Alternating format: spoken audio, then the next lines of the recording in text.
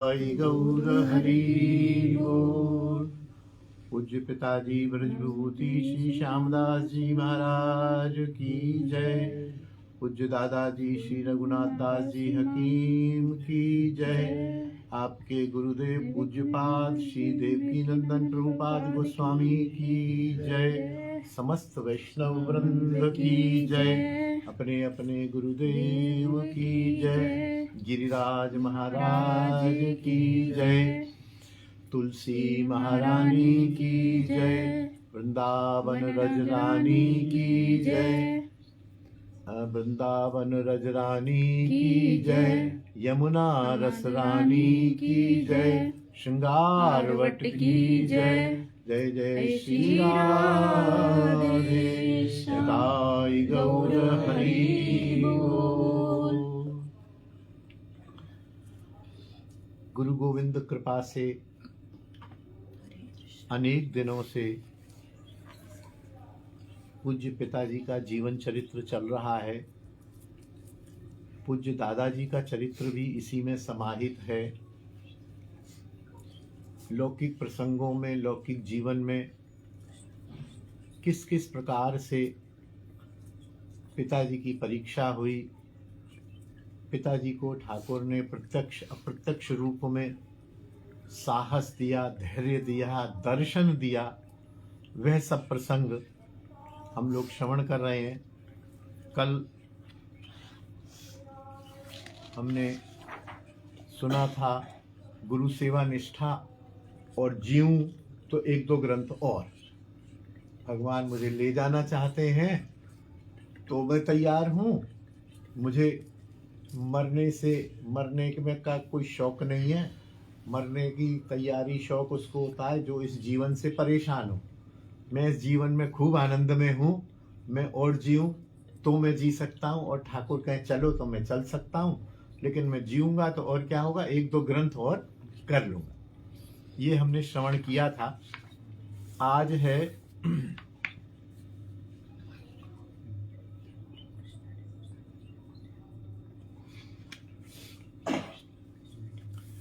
दुर्लभ रोग निवृत्ति।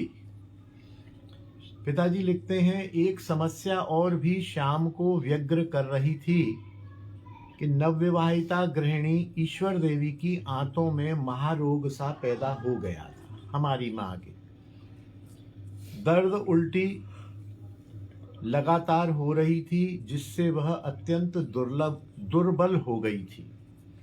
अनेक इलाज देशी अंग्रेजी करने पर भी उसकी हालत बिगड़ती जा रही थी। इसी दौरान श्री श्याम सुंदर शास्त्री, जो ग्वालियर राजघराने के ज्योतिषी थे, उनके एक शिष्य का श्याम ने इलाज किया। वह स्वस्थ हो गया। बात बात में मेरे मामा ने मेरी स्त्री की बात कही। उन्होंने कहा, आप उनकी दाईं हथेली का एक छापा कागज पर लेकर मुझे दिखा दो। हाथ भी नहीं, छापा। श्याम ने वह छापा दिखाया।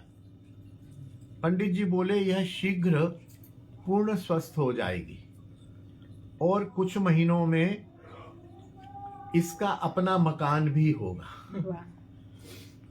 स्वस्थता में तो संशय न हुआ मुझे, क्योंकि ठीक है, बीमारी आती है जाती है, लेकिन अपना मकान होगा वाली बात मुझे समझ नहीं आई। पिताजी कह रहे हैं, कुछ आशातीत सी बात लगी। प्रभु कृपा से श्याम ने अपनी यूनानी दवा तैयार कर उसे देना आरंभ किया।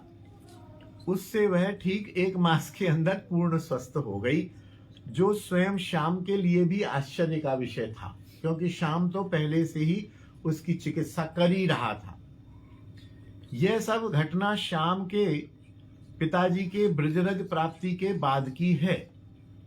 इधर श्याम सुंदर ज्योतिषी की वाणी भी सत्य होने का समय था।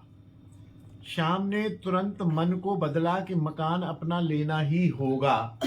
मकान नहीं लेंगे वाली जो बात थी, बोले वो चलेगी नहीं। अब पिताजी अपनी ब्रजनिष्ठा के अनुसार सन 1955 में ब्रजरज प्राप्त कर चुके थे।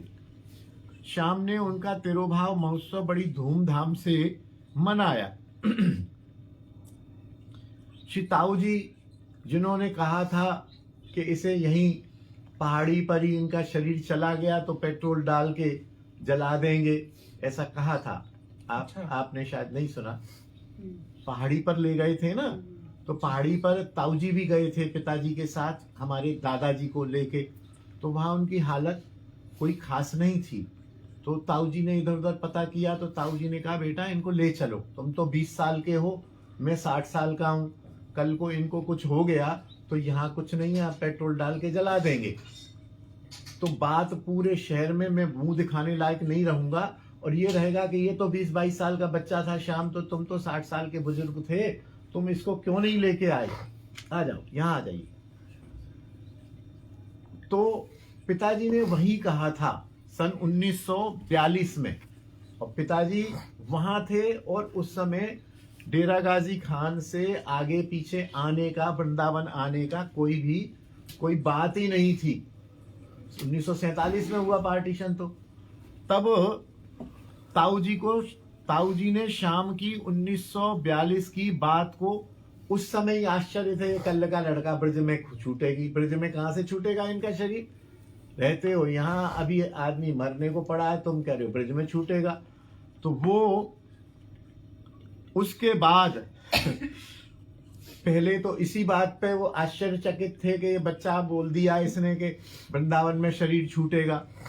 फिर उसके बाद जब वो यहाँ पर मृत्यु पर आए, तो पिताजी ने तो तिरोभाव उत्सव मनाया था, लड्डू पूड़ी कचौड़ी, वृंदावन की रीति, ब्रज निकुंज की प्राप्ति, तिरोभाव तो उत्सव ही होता है, या मौत का उत्सव तो होता नहीं है ब्रज में। तो पिताजी के लड्डू पूड़ी कचौड़ी, साधु सेवा और भोजन और ये सब देख के ताऊ जी को लगा, बोले ये लड़का पता नहीं है कैसा, वहां कहता था वृंदावन, अब यहाँ पर जो है मृत्यु हुई है पिताजी की और ये उत्सव मना रहा है। यही वो कह रहे हैं कि यहीं पर जाके मेरे रिश्तेदारों में मेरे बारे में कुछ ऐसी बात बन गई कि यार ये लड़का कुछ अलग ही है ये कुछ अलग ही है, इसकी सोच समझ पता नहीं क्या है, क्या चीज है, लेकिन बात में दम है। खैर पिताजी का उत्सव हुआ, माताजी भी ठीक हो गई। अब यहां पर एक बीच है मिसाल की अनासक्ति। अनासक्ति की बातें प्रसंग तो आपने बहुत पढ़े होंगे, लेकिन जिस अनासक्ति के दर्शन हमने किए हैं वह दुर्लभतम है। यह हमारी तरफ से लिखा हुआ है। डेरा गाजी खान से आकर अपनी लगन, परिश्रम, मेहनत द्वारा श्री वृंदावन में अपने आप को एक कुशल चिकित्सक के रूप में नए सिरे से स्थापित किया और पुनः यश अर्जित किया, पुनः धन संपत्ति अर्जित की, पुत्र को डॉक्टरी की शिक्षा दिल्ली भेजकर दिलाई। डॉक्टर नित्यानंद डॉक्टर बनकर आ गए, अपने साथ में कुर्सी पर बैठाया, धीरे धीरे मरीजों को डॉक्टर नित्यानंद की ओर मोड़ा और स्वयं पीछे हटते गए। परिस्थितिवश प्रेस लगानी पड़ी। प्रेस जब लगाई उस समय व्यवसाय के रूप में नहीं लगी थी, ग्रंथ सेवा के लिए लगी थी। दुकान छोड़ दी थी, उठकर प्रेस में बैठने लगे। उस दिन से आज तक बड़े सुपुत्र से नहीं पूछा कि दुकान का क्या हाल है, क्या कमा रहे हो, कहाँ पैसा लगा रहे हो, कुछ भी नहीं पूछा। मुझे क्या दोगे, कुछ नहीं।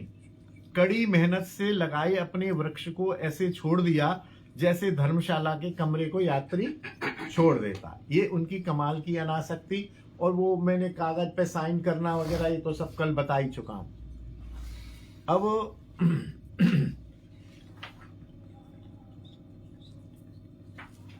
यहां शायद मकान का आएगा। अपने नगर में पदगान करते हुए श्याम गाया करता था, वृंदावन सेवा कुंज श्यामा, प्रियतम संग सुख विलस रही है, ललित लड़ैती बसत तहावे, जिन पे उनकी कृपा भई है। ये हमारे कुल गुरुदेव स्वामी ललित लड़ैती जी ने लिखा था। वृंदावन में सेवा कुंज में श्यामा जो है अपने प्रियतम के साथ सुख से विलास कर रही हैं। ललित लड़ैती ये छाप है, बोले वहां वही बसते हैं सेवा कुंज में या सेवा कुंज के आसपास, जिन पे उनकी कृपा भई है। निताई चांद की कृपा से 20 दिन के अंदर ही श्याम को अपना मकान सेवा कुंज से सटा हुआ मिल गया। जो अब भी हमारा मकान है, सेवा कुंज की और हमारे मकान की वॉल कॉमन है। आप यदि सेवा कुंज जाएंगे जहाँ श्री जी विराजमान हैं और उनकी परिक्रमा लगाएंगे, श्री जी की छोटी वाली, तो जब ऐसे हाथ करके खड़े होंगे तो एक हाथ श्री जी की दीवार की पीठ को छुएगा, एक हाथ मेरे घर की दीवार को छुएगा। इतनी ही जगह है, वहां 6 फुट करीब की गली है। तो ऐसा सेवा कुंज के पास में ही मकान मिल गया। उस समय सेवा कुंज प्राचीन वृक्षावलियों से अधिक आकीर्ण था। दीवार बहुत छोटी थी और खस्ता थी। इधर एक बात और बताता चलूं, 1958 में मेरा जन्म हुआ सेवा कुंज वाले मकान में। 1958 में 55 में दादाजी चले गए। जो अभी मकान है उसमें नहीं, उससे पहले एक किराए के मकान में रहते थे। सेवा कुंज गली के नुक्कड़ पर एक मकान है, अभी वहां मार्केट बन गई है। जो सेवा कुंज बिहारी जी की तरफ से गली जाती है ना अंदर, वो बिल्कुल कॉर्नर का मकान। मेरा जन्म उसमें हुआ और 1958 में सितंबर में हुआ, वामन द्वादशी के दिन, और उसके ठीक 3 महीने बाद नया मकान लिया। तो उस समय यह हल्ला मचा था कि वामन भगवान आ गए, इनके आने की वजह से मकान मिल गया, जमीन मिल गई। ऐसा भी उस समय हुआ था। दीवार बहुत खस्ता थी, उधर किशोरवन तो शून्य सा था। दीवार नहीं, कोई आना जाना नहीं। फिर मकान के दक्षिण में एक बहुत बड़ा खंडहर था, जिसमें आस पड़ोस के मलबे कूड़ा करकट फैलता था। इस चारों ओर के सूनापन को देखकर गृहिणी और माताजी को जब मकान दिखाया गया तो बहुत असंतुष्ट सी हुई। बोले, ये कहाँ जंगल में तूने मकान ले लिया? वो तो बिहारी जी की गली में बिल्कुल बाजार में मकान था, ये अंदर गली में घुस के कॉर्नर पर मकान। इधर खंडर, इधर सेवा कुंज बंदर, इधर किशोरवन खंडहर। वो तो हमने भी देखा है, क्योंकि 4-5 साल के जब हम थे तो हमें ध्यान है कि उस गली से अकेला निकलने में, दुकान पर जाने में भी डर लगता था। लेकिन महाप्रभु की लीला यह है कि शाम के उस मकान में आने पर बहुत सारे लोगों ने बाग मुंदेला में मकान खरीदना शुरू कर दिए और बसावट हो गई। जो खंडहर थे वो धीरे धीरे खत्म हो गए। सबसे बड़ा सुख ये था कि दुकान और मकान ऐसे थे जैसे हमारा मकान यहाँ और दुकान गेट पर, कृष्णा ग्रीन के गेट पर, इससे ज्यादा दूर नहीं था, यहां से वहां इतना ही। और श्री राधा रानी सेवा कुंज के दर्शन अनायास प्राप्त थे। अभी तो बंद है दीवार, वहां एक गेट था, तो अपने घर से बस सामने निकलो और राधा रानी पे पहुंच जाओ। ऐसे समझो कि ये बी ब्लॉक भी दूर है, ये जो शिवलिंग है ना, पर इतनी दूर राधा रानी के दर्शन। यहां से निकले और सामने राधा रानी के दर्शन। हमारे मकान के पश्चिम साइड वाली एक खाली जमीन थी, वो बिकाऊ थी। शाम में उसे खरीदने की सामर्थ्य बिल्कुल न थी। छाता वाले सेठ जी सदर बाजार वालों का एक मिलने वाला पंडित चमनलाल श्याम से परिचित था।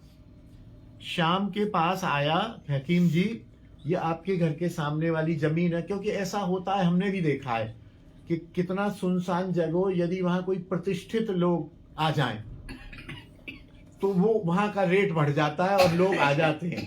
अरे वो बाग बुंदेला, अरे वो तो खंडर है। खंडर कहाँ यार? हकीम जी ने मकान लिया है। अच्छा, हकीम जी ने लिया? अरे ठीक है, उनके बगल वाला हम लेंगे। तो उन्होंने कहा इस जमीन को हमें दिलवा दो, सेठ जी धर्मशाला बनवाएंगे। शाम के लिए इससे अधिक प्रसन्नता की बात क्या थी कि सामने वाली जमीन पर धर्मशाला बन जाएगी तो रौनक हो जाएगी, और लगभग उसका जो देख रेख और कब्जा होगा वो हमारे हाथ में ही रहेगा। मालिक मकान ने 10,000 रुपया मूल्य रखा। सेठ जी ने 500 रुपए का ड्राफ्ट बतौर बयाना देकर श्याम के पास भेज दिया। श्याम मालिक मकान को जब बयाना देने गया तो बोला, नहीं अभी नहीं, अभी सावन के बाद बात करेंगे, अभी ड्राफ्ट ले जाओ आप वापिस। श्याम निराश होकर लौट आया। क्या करता? सेठ जी को लिख दिया पत्र के उन्होंने नहीं लिया है और वो कह रहे हैं सावन के बाद बेचेंगे। तो सेठ जी ने भी कहा कि वो भी सावन के बाद सोचेंगे, तो हम भी सावन के बाद सोचेंगे, आप ड्राफ्ट वापस कर लो, अब दोबारा जब तक बात मत करना जब तक मैं आपको न कहूं। सौदा खत्म हो गया। इसी बीच श्याम ने अपनी बिटिया की शादी का आयोजन किया। जो गोपी बहन जी यहाँ आती हैं ना कार्तिक में, उनकी शादी 1964 में शायद, या 1960 में, 1964 में मुझे ध्यान है। वही जो सामने की जगह थी खाली पड़ी थी, उस जगह को साफ कर उसी जगह में शादी और रिसेप्शन के लिए उसे सजवाया, तंबू वगैरह लगा के। दैव योग से सिंधिया रानी, सिंधिया की महारानी जो विजया राजे सिंधिया है इस समय, उनकी भी सास संभवतः वो वृंदावन आई हुई थी, और पूज्य श्री करपात्री जी महाराज भी वृंदावन आए हुए थे। वृंदावन में वोटों का प्रचार भी उस समय चल रहा था। किसी ने पिताजी से कहा कि आप इतना बड़ा पंडाल सजा रहे हो, शादी भी है, आप यदि कहो तो इन दोनों लोगों को हम आपकी शादी में ले आएंगे। और चुनाव के समय उनको ये था कि सजा सजा पंडाल, उसमें भाषण भी देंगे और शादी में 100, 200, 500 लोग मिलेंगे तो वोटों की बात भी करेंगे। तो चेयरमैन थे उस समय मगनलाल शर्मा। मगनलाल शर्मा ने भी पिताजी से संपर्क किया, हकीम जी आप आज्ञा दो तो ऐसे ऐसे हम उनको ले आए, और आपकी शादी की भी शोभा हो जाएगी कि आपकी शादी में करपात्री जी पधारे, सिंधिया महारानी पधारी, मैं भी आऊंगा, मैं चेयरमैन हूं। तो पिताजी ने स्वीकृति दे दी, और उस पंडाल में एक दिन पहले अति विशाल सभा हुई। एक दिन पहले या शायद सुबह हुई, रात में शादी हुई, ऐसा क्लियर नहीं है। बोले हो वो उनकी सभा भी हो गई और मेरी बिटिया की भी शादी हो गई, और जगह भी एक तरह से वो साफ हो गई, पंडाल तो उखड़ जाना था।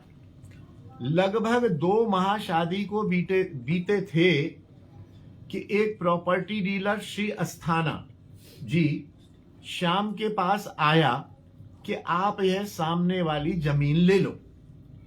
वो अस्थाना भी पिताजी का ही मरीज था, तो मैं आपको दिला देता हूं। अच्छा, पिताजी को तो पता था कि 10,000 में भी सामने वाले ने दी नहीं है, और पिताजी अभी शादी करके चुके थे, 2 महीने ही हुए थे, तो मैं कहां से जमीन खरीदूंगा। श्याम जानता था कि इतना पैसा उसके पास नहीं है।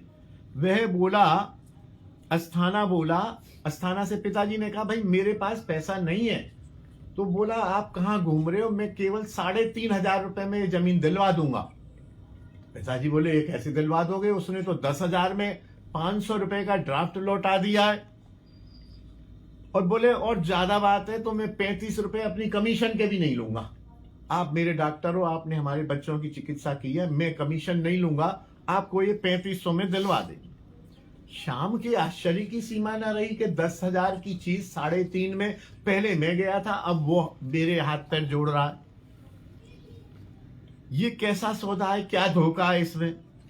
श्री अस्थाना दलाल से पूछा कि आप क्लियर करो, मुझे तो लग रहा आप धोखा दे रहे हो। पिताजी स्पष्टवादी भी थे, बोले आप गोलमाल कर रहे हो, मेरे को पहले आप भरोसा दिलाओ। अस्थाना दलाल ने बताया कि यह जमीन रहन पर है, गिरवी है, इसकी मियाद 1 साल रह गई है। रहन में केवल 2100 रुपए में लेनदार इसको ले जाएगा। 2100 रुपए में है, और 1 साल में यदि उसने 2100 नहीं दिए तो ये जमीन वो ले जाएगा। इसलिए मालिक इसे बेचकर उसे 2100 देगा और 1400 बचाकर दूसरा मकान ले लेगा, इसलिए वो 3500 में दे रहा। अस्थाना चिकित्सा के नाते श्याम के बहुत निकट था। मजबूरन श्याम ने केवल 400 रुपए लेकर बयाना देकर सौदा पक्का कर दिया। श्याम बड़ा हैरान, उसने यह कहा वैद्य जी मैं आपको, आप एक बार 3500 में खरीद लो, आप यदि चाहोगे तो मैं इसको आगे 5-7-8 हजार में बिकवा दूंगा, आप चिंता मत करो, आपको जमीन नहीं रखनी हो तो आप पैसा कमा लेना। पिताजी हैरान। और आज इसी स्थान पर हरिनाम प्रेस है। देखिए ठाकुर की कृपा के 10,000 में सेठ जी ने नहीं खरीदी, और ठाकुर की ऐसी कृपा हुई कि वो 3500 में पिताजी ने खरीदी। उसने भी 35 रुपए लिए होंगे या ना लिए होंगे, पिताजी ने अवश्य दिए होंगे, मैं जानता हूं पिताजी को। और वो वहां खंडर, फिर पिताजी बताते हैं, आगे आएगा, आगे आ रहा देखिए। श्री महाप्रभु कृपा से उसकी 3500 में रजिस्ट्री होकर श्याम की मिल्कियत हो गई। बहुत बड़ी जमीन, उसको साफ कराना, उस पर तामीर कराना भी श्याम को स्वप्न में संभव नहीं लगता था। और ये भी था कि आवश्यक नहीं था, क्योंकि इधर वाला 225 गज का मकान है ही अपने पास। अच्छा, वो करीब मेरे ख्याल से 400-500 गज का प्लॉट था। तो श्याम ने अनेक संबंधियों और सेठों से बातचीत की कि आप इसमें से थोड़ा सा टुकड़ा मेरे को गाय बांधने के लिए दे दो। पिताजी गाय पालते थे, बोले मैं यहाँ गाय पालूंगा और आप खरीद लो। परंतु कोई भी तैयार न हुआ। श्याम ने मजबूर होकर उसकी बाउंड्री कराई, कब्जा किया। करते कराते हर साल, हर 2-4 मास में जब पिताजी के पास इकट्ठा हो जाता पैसा, 2-4, 500, 800 जो भी लगता था, तो वहां पर कमरे बनाते जाते थे साइड में, और एक 16x32 का हॉल बनाया, जिसमें संकीर्तन होगा यह सोचकर, और उसमें ठाकुर जी विराजे भी, और उसमें हर बुधवार को वहीं संकीर्तन होता था। फिर धीरे धीरे संकीर्तन को पिताजी, और लोग आते थे, 50-100 लोग, 25 लोग आते थे। नए जो प्रवक्ता होते थे उनको वहां प्रवचन के अभ्यास के लिए बुलाया जाता था कि आप आओ यहाँ प्रवचन दो। मेरे सामने कुंज वल्लभ जी और भट्ट जी, रसिक वल्लभ जी, ये प्राय पिताजी बुलाते थे, और वो लोग भी आते थे कि हाँ बोलो हकीम जी के सामने। फिर पिताजी कहते थे कि नहीं महाराज जी ऐसे नहीं, ये सिद्धांत ये है, ऐसा। वो वहां नए बच्चों को, जो 22-24 साल के बच्चे थे, जो प्रवचन करना चाहते थे, वो भी विशिष्ट घरों के, तो उनको ट्रेनिंग देते थे। और 16x32 का हाल भी बन गया, जिसमें फिर जब संकीर्तन संक्षिप्त हुआ तो उस हाल में से आधा पोर्शन में हरिनाम प्रेस का ऑफिस बना। पहले एक नीचे गैरेज था, उसमें ऑफिस चलता था। फिर जैसे थोड़ा सा बढ़ा स्टैंडर्ड, तो आधा हॉल ले लिया, क्योंकि कीर्तन में फिर बाहर के लोग नहीं आते थे, हम 8-10 लोग ही घर के करते थे कीर्तन, तो ऐसा लगा कि आधा हॉल ले लेते हैं। फिर वो पिताजी भाई साहब पधार गए, तो वहां की ठाकुर सेवा भाई साहब करते थे। भाई साहब जब पधार गए तो हमारी भाभी जी और भतीजों की वृत्ति गड़बड़ हो गई, वहां ठाकुर की सेवा नहीं होती थी। तो पिताजी के पधारने के बाद हमने वो ठाकुर अपने घर में पधराए, जो अब हमारे घर में ये बड़े बड़े विग्रह हैं, वो यहाँ पधराए। कि पिताजी कह गए थे कि ठाकुर सेवा में लापरवाही मत करना, वो यहाँ पधराए, तो वो हॉल खाली हो गया आधा। फिर वो 16x32 के हॉल में आज श्री हरिनाम प्रेस का ऑफिस है, और ग्रंथ प्रकाशन की सेवा वहां से हो रही है। जो अभी चित्रपट है बड़े बड़े, हाँ बड़े बड़े चित्रपट हैं जो इधर है, वो पहले उस हॉल में थे। कुछ एक कमरों में किराएदार भी रख लिए। जब श्री हरिदास यहाँ नहीं रख सकता, क्या बाद में भोग लगा सकते हो। अमनिया है, अमनिया ही है ये, बड़ी कृपा आपके लिए अमनिया है। जय हो जय हो। इसका वो कोई वो नहीं, कुंज देना बस। कुंज बिहारी श्री हरिदास, कुंज बिहारी श्री हरिदास विराजिए। बस जरा जाना। अच्छा, बड़ी कृपा, बड़ी कृपा। प्रणाम करता हूँ आपको, प्रणाम करता हूँ। अमनिया है, समझ गए ना? ठीक है, रख लो। जय जय श्री राधे श्याम। कुछ लोग जिनसे पिताजी ने पहले कहा था आप जमीन ले लो, तो वो आए, बोले ऐसा करो हकीम जी, ये 2 कमरे और एक रसोई। पिताजी ने उसमें से पोर्शन बना दिए थे, 2 कमरे, एक रसोई, एक लैट्रिन बाथरूम, किराएदारों के लिए। बाद में किराएदार रहे भी, उसमें बहुत किराएदार रहे। तो वो आए कि एक पोर्शन दे दो, जो पैसे ले लो। बोले आप कुछ नहीं लूंगा, अब मेरा हॉल बन गया, मेरे ये पोर्शन बन गया पूरा, तो मैं अब कुछ नहीं बेचूंगा। जय श्री राधे। हाँ, आइए आइए प्रभु, आइए आइए। आइए। जय जय श्री राधे। हमारा बड़ा सौभाग्य है कि इस्कॉन मुंबई के प्रियचर श्री मनस्वी प्रभु कल भी हमारे बीच पधारे हुए थे और आज भी पधारे हैं। सपत्नी उनकी गृहिणी भी पधारी हैं। बड़ी कृपा की है उन्होंने। कुर्सी है पीछे, कुर्सी पर बैठे। हाँ, प्रणाम कर लीजिए। जय जय श्री राधे, जय जय श्री राधे, जय जय श्री राधे। पिताजी ने उन कमरों में किराएदार भी रखे। आश्चर्य यह था कि श्याम इस संपत्ति का अभिलाषी नहीं था, मकान के झंझट में नहीं पड़ना चाहता था, लेकिन इतना पैसा भी शायद पिताजी कहते हैं कि मेरे पास अतिरिक्त नहीं था कि मैं संपत्ति खरीदूं।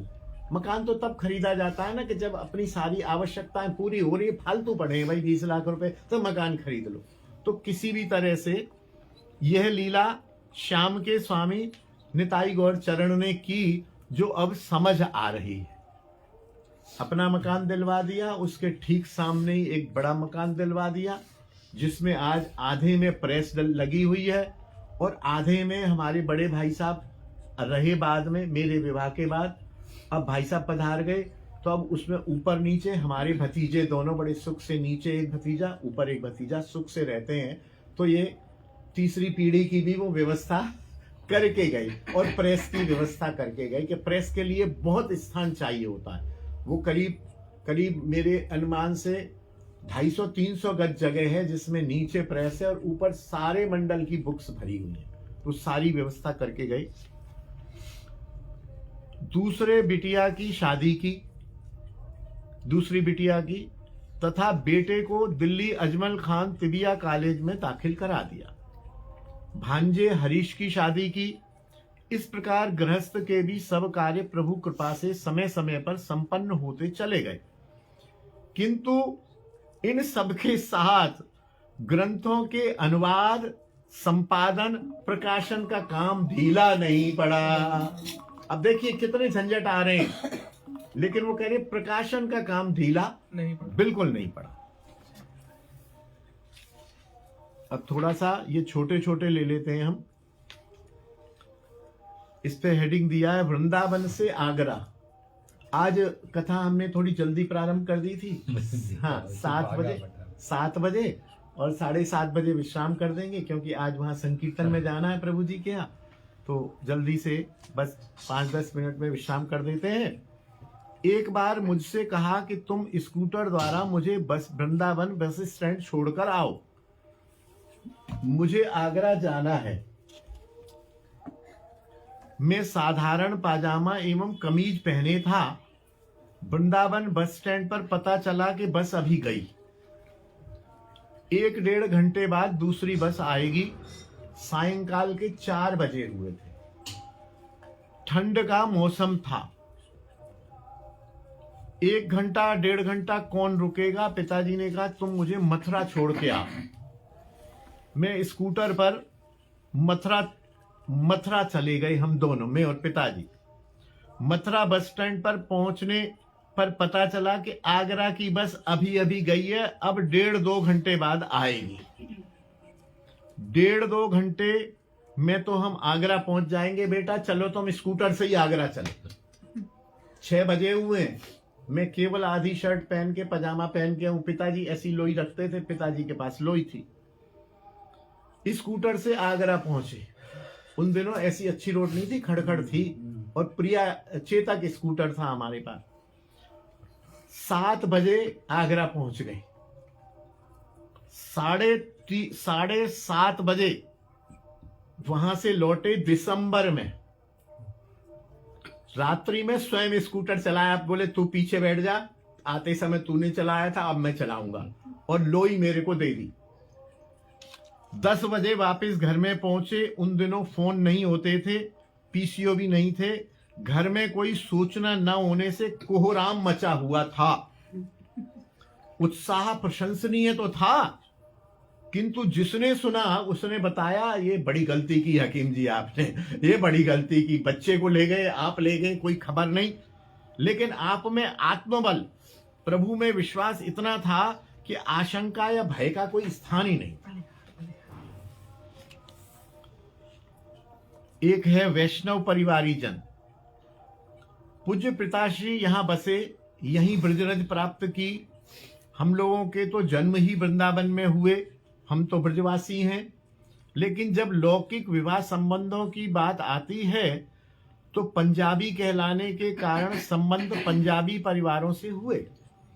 और आप विश्वास मानिए कि 3 पुत्रों के जो संबंध हुए, तीनों के तीनों वैष्णव परिवार हैं। हमारे ससुराल में प्याज नहीं खाया जाता है, बड़े भाई साहब के और किशन के भी। 5 पुत्रियों के संबंध हुए, पांचों के पांचों वैष्णव परिवार। और ये प्रायोरिटी होती थी। कहीं भी रिश्ता देखते थे पिताजी, बोले हाँ भैया ठीक है। सुन भाई पहली बात बता, प्याज लहसुन खाते हो? बोले हाँ खाते हैं। अच्छा फिर बाद में बात करेंगे। अरे आदमी कहता था कहाँ से तो तुम चल के आए हो, दिल्ली फरीदाबाद, बात आगे तो करो, लड़की क्या करती है, लड़का क्या करता है। आजा बेटा, लड़का यहाँ आजा बेटा, लड़का क्या करता है? पूछा प्याज खाते हैं भैया, लहसुन, हाँ जी, के चलो जी, अच्छा जी ठीक है, फिर मिलते हैं। अनेकों बार प्याज खाते के बाद ही बात नहीं शुरू करनी। अगर उसने कहा नहीं जी क्या बात करते हो, प्याज नहीं खाते हैं, बोले हाँ जी बताओ लड़का क्या करता है या लड़की क्या करती है, तब आगे बात करते थे। और इन चीजों को हमने भी अपने बच्चों के समय काफी हद तक निभाया। हिमांग का विवाह किया, हिमांग के ससुराल में भी अब शायद खाया जाता है, लेकिन जब संबंध हुआ था तब प्याज नहीं खाया जाता था। भूमिका तो है ही, आप जानते हो, बिहारी जी में। रुचि हमारी बड़ी, मथुरा में संबंध किया, प्याज नहीं खाया जाता था। अब शायद रुचि भी खाती है या दामाद खाते, मैं नहीं कह सकता, लेकिन संबंध करते समय प्याज से ही बात शुरू होती थी। और किसी को यदि पता भी चल गया कि हकीम जी प्याज की बात करते हैं तो तैयार होता था कि एक बार तो मना कर देना, आगे की आगे देखी जाएगी।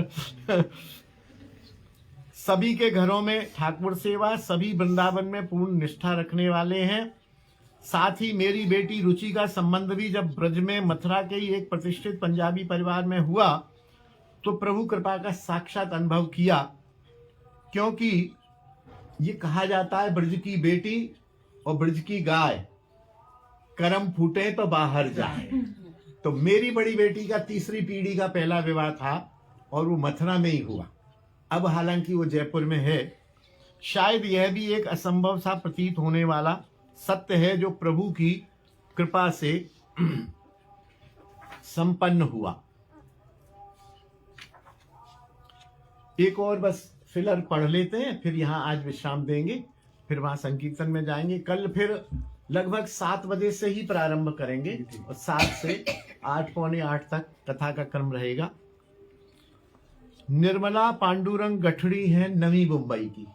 हाँ, वो पिताजी को भाई मानती थी और अभी तक,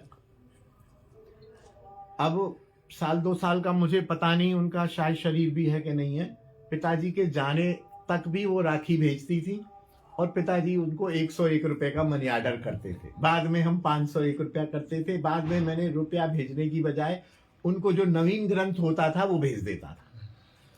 तो उन्होंने लिखा है कि नवंबर के अंक में ज्ञात हुआ कि परम भागवत श्री श्यामदास जी हकीम निकुंज लीला में चले गए हैं।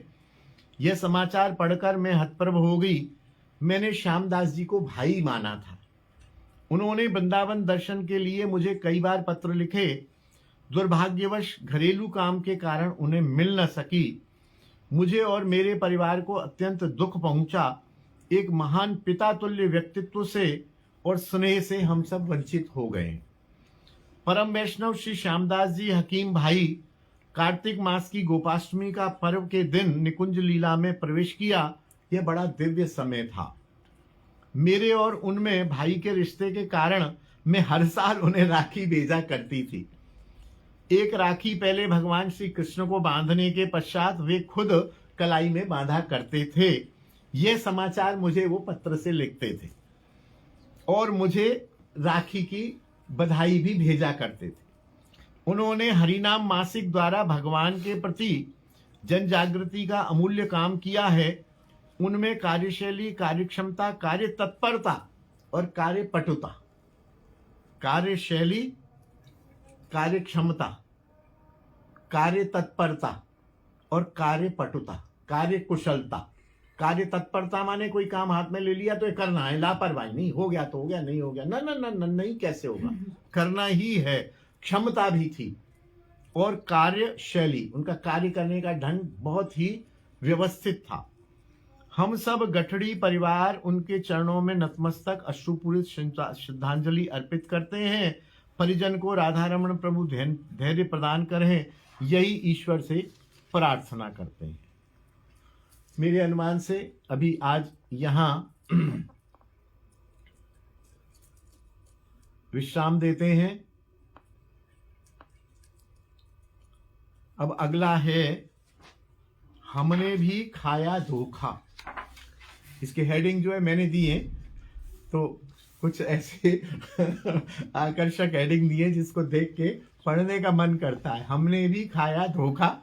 अब क्या धोखा खाया पिताजी ने, प्रभु कृपा रही, आप समस्त वैष्णवों की कृपा रही तो कल इसका ठीक 7 बजे आस्वादन करेंगे, 7 से लगभग 8 बजे तक।